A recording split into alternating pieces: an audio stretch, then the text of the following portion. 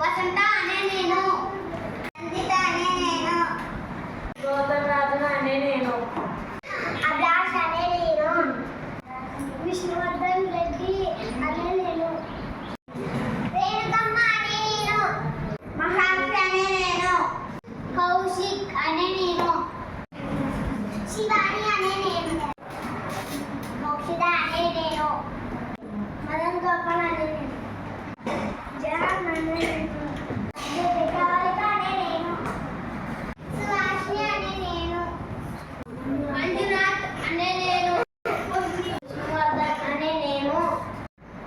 చదువుతో పాటు స్వీయ క్రమశిక్షణను పెంచుకుంటామని, వివేకాన్ని, విచక్షణను పెంచుకుంటామని, చెడు సహవాసాలకు, చెడు అలవాట్లకు దూరంగా ఉంటానని,